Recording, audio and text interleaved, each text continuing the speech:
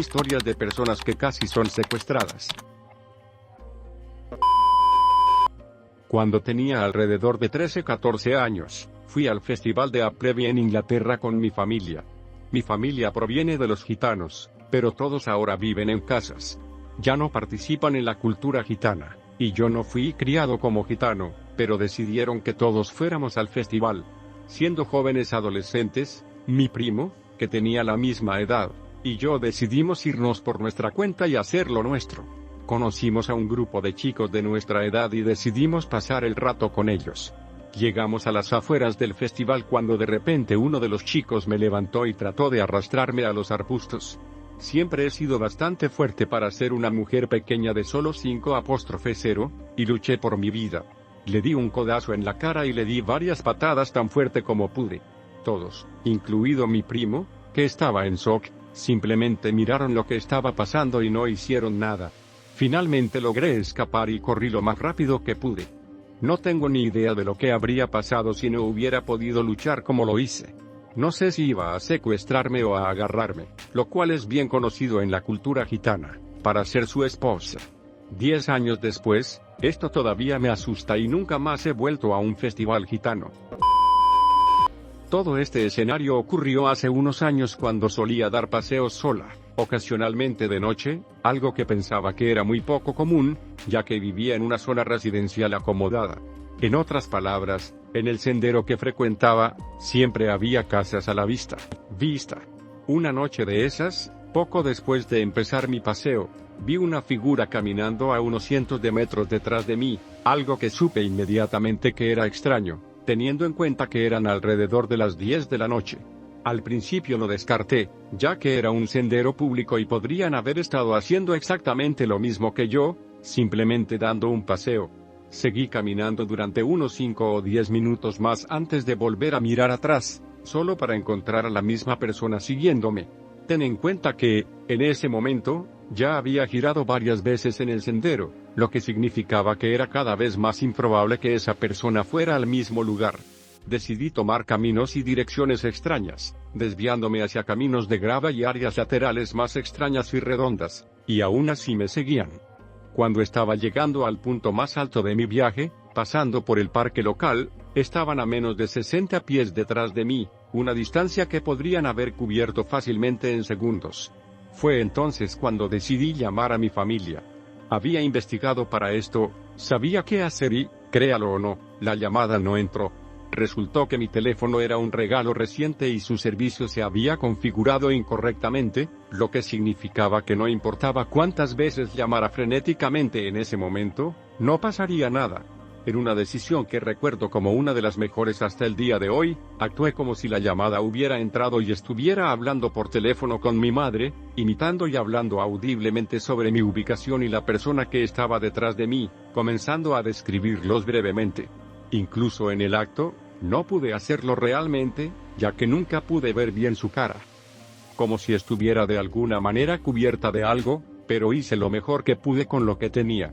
Efectivamente, cuando volví a dar la vuelta, ya no estaban por ningún lado, no es que se hubieran apartado y hubieran tomado otra dirección, sino que no estaban allí para empezar. Semanas después, mi madre me dijo que un policía había ido a su trabajo y había advertido sobre secuestros que habían estado ocurriendo en nuestra zona, específicamente para el tráfico de niños y el tráfico de órganos. Me considero muy afortunada, y cada vez que salgo de casa ahora, soy muy consciente, solo lo hago durante el día y llevo un cuchillo grande conmigo. Más tarde, en ese vecindario, un coche claramente me siguió, dando la vuelta a un callejón sin salida donde no había ninguna razón lógica para que estuvieran, excepto por mí, pero este fue el ejemplo más obvio de un intento de secuestro. Todo este escenario ocurrió hace 4 años. Era mediados de invierno, y la noche era inusualmente cálida, sin rastro de nieve en el suelo. Salí de mi apartamento alrededor de las 8 p.m. para dar mi paseo diario, trabajaba de noche y mi horario estaba desorganizado. De ahí el paseo a las 8 p.m., pensando que cruzaría el puente hacia la ciudad cercana. Para más contexto, soy un tipo alto bastante atlético, y tenía alrededor de 20 años en ese momento. Rara vez había tenido problemas al caminar de noche, y en ese momento, me sentía seguro de hacerlo. Me puse los auriculares y me dirigí hacia el puente. Los primeros 20 minutos fueron tranquilos. Pasé por casas antiguas, un restaurante mexicano mediocre, un muy buen restaurante mexicano, una gasolinera sospechosa, algunos apartamentos nuevos de lujo y, finalmente, estaba en el río, disfrutando de la vista de las luces brillantes sobre el oscuro agua que fluía, aún no congelada. Crucé el puente hacia la ciudad y presioné el botón del cruce en una intersección de 4 vías, luego noté a alguien parado en la esquina opuesta, la única otra alma que había visto esa noche afuera. Al parecer, ella no estaba haciendo nada, y asumí que estaba esperando que un Uber viniera a recogerla, ya que no parecía estar esperando a que cambiara la luz. La calle, normalmente transitada durante el día, estaba en silencio. La luz cambió y crucé, dirigiéndome hacia ella. Al acercarme a ella, noté que me lanzaba miradas y luego desviaba la mirada, casi tímidamente. Lo hizo varias veces, y pensé que ella estaba nerviosa por mí. Sentí empatía, pensando que debe haberla incomodado que fuéramos las únicas 2 personas en una calle con poca luz. Al pasar, noté su atuendo, sobre todo porque pensé que tenía frío. Llevaba un gorro de punto con borlas, un suéter que parecía demasiado delgado para el invierno, jeans ajustados y una pequeña mochila de plástico infantil a la espalda.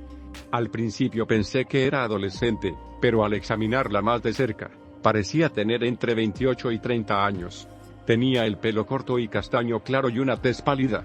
Era delgada y de estatura media, yo era quizás una cabeza más alto que ella. Pasé de largo y continué calle abajo. Pasé por hoteles de gran altura a mi derecha e izquierda, y me dirigí a un parque central. Durante las horas pico, este lugar estaría lleno de turistas y locales por igual, pero ese día, a una hora extraña y con la pandemia en pleno apogeo, me sentí como el único hombre de la ciudad.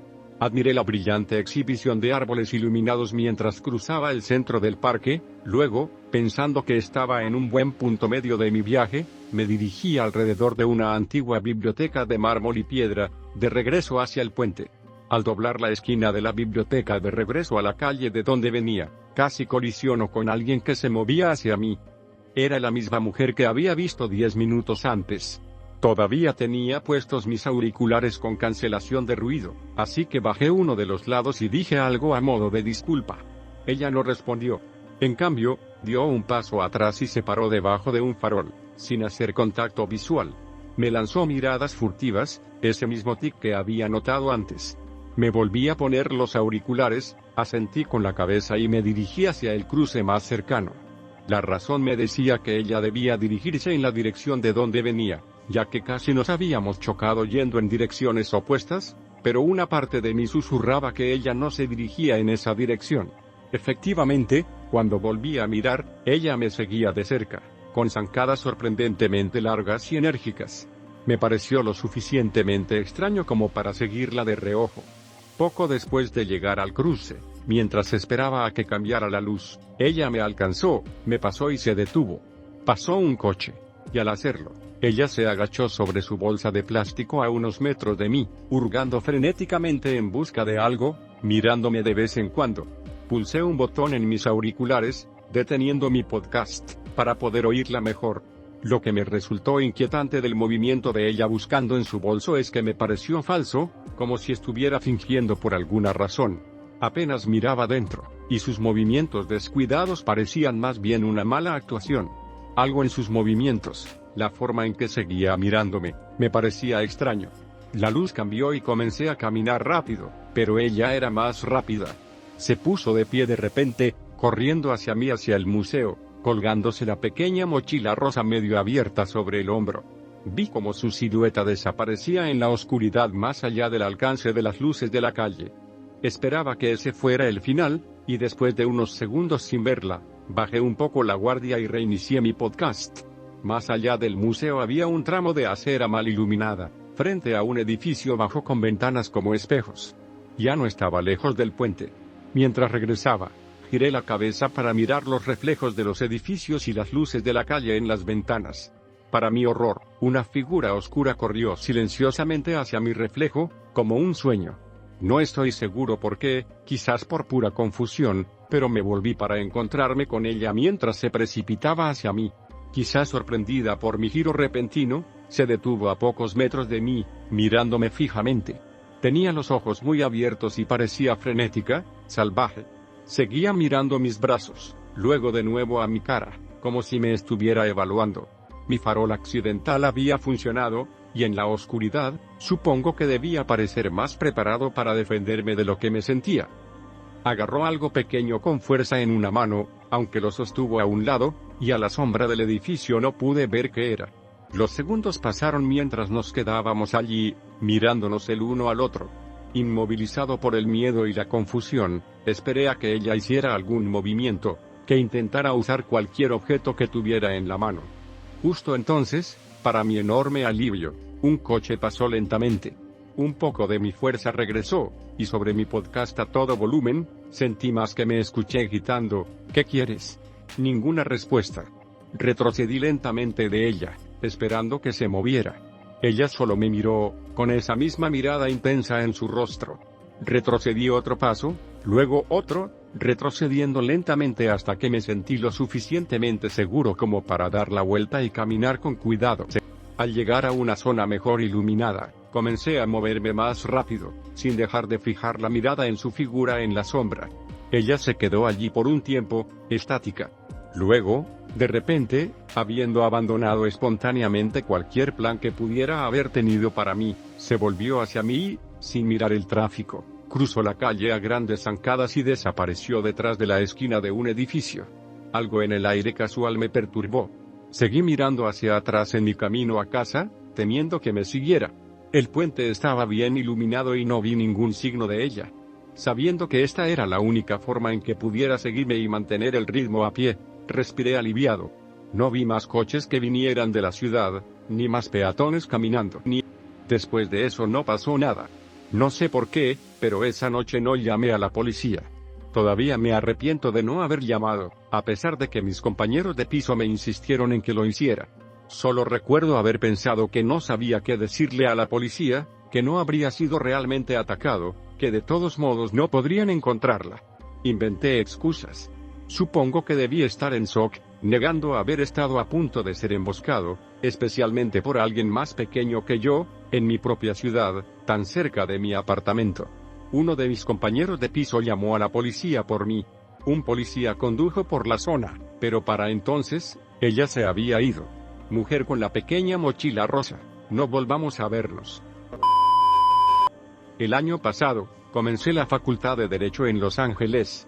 Nunca antes había vivido en una gran ciudad y estaba realmente emocionado de estar en una ciudad masiva con más de 4 millones de personas. Desde pequeño, siempre supe que tenía una media hermana en Los Ángeles, pero mis padres tenían una extraña rabia hacia ella que siempre hacía que fuera un tema tabú. Por supuesto, la había buscado en las redes sociales y sabía cómo era, pero eso era todo. Nunca nos habíamos conocido en persona. Ella nunca fue muy activa en las redes sociales, así que no había mucho que pudiera ver. De la nada, un día de mi primer año de facultad de Derecho, recibí una solicitud de amistad en Facebook de mi hermana.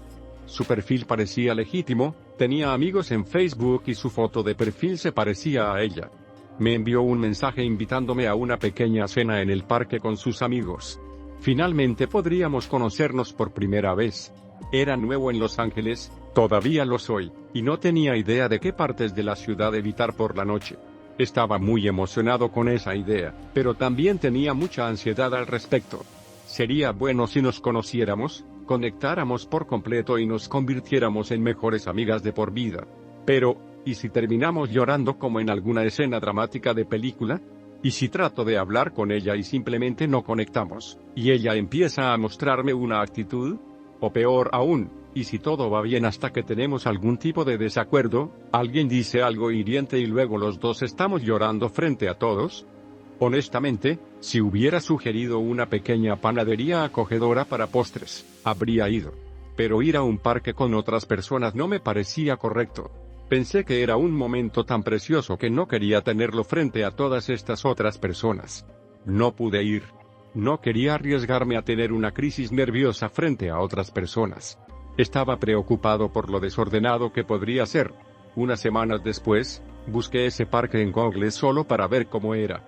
Tal vez podríamos encontrarnos allí juntos, solo nosotros dos. Fue entonces cuando me di cuenta de que algo andaba mal. No diré el nombre del parque, pero cualquiera que haya vivido en Los Ángeles por mucho tiempo te dirá que no es un lugar seguro para que las chicas tengan una cena a la noche. El área alrededor de ese parque tiene tasas de crimen violento muy altas. Está controlado por pandillas. Incluso las personas que hacen negocios ilegales en ese parque se ven obligadas a pagar un impuesto a la pandilla a cambio de que las dejen en paz. Así que ahora estaba realmente preocupado y curioso. De hecho, intenté comunicarme con mi hermana yo mismo. Ella era estudiante de último año en ese momento, en una universidad local. Tenía un amigo que iba a su escuela. Le pedí a mi amigo que se comunicara con ella en el campus y le preguntara si estaría dispuesta a encontrarnos. Se conectaron y los tres nos reunimos en la casa de mi amigo. Fue genial. Nos llevábamos muy bien. Mi amiga también estaba muy feliz de hacer eso por nosotros. Los tres nos divertimos mucho. No nos estábamos deshaciendo en lágrimas, pero sí soltamos algunas. Cenamos, vimos una película y pasamos la noche en la casa de mi amigo. Cuando le conté a mi hermana todo eso, me dijo que no habría usado Facebook desde la secundaria, así que claramente alguien estaba haciéndose pasar por ella. Le habría dicho que reportara la cuenta falsa, pero ya había sido eliminada. Sin embargo, sabía que alguien se había hecho pasar por ella en las redes sociales. Otro de sus amigos había sido estafado por alguien que pretendía ser ella. Era algún tipo de esquema que involucraba entradas falsas para conciertos o algo así. Alguien se había hecho pasar por mi hermana, sabían que estaba en la ciudad y literalmente intentaron atraerme a una de las partes más peligrosas de Los Ángeles por la noche. No tengo ni idea de cuáles eran sus motivos. Ni siquiera sé si quiero saberlo. Conocer a mi hermana después de todos estos años fue algo hermoso, pero todo el contexto fue aterrador.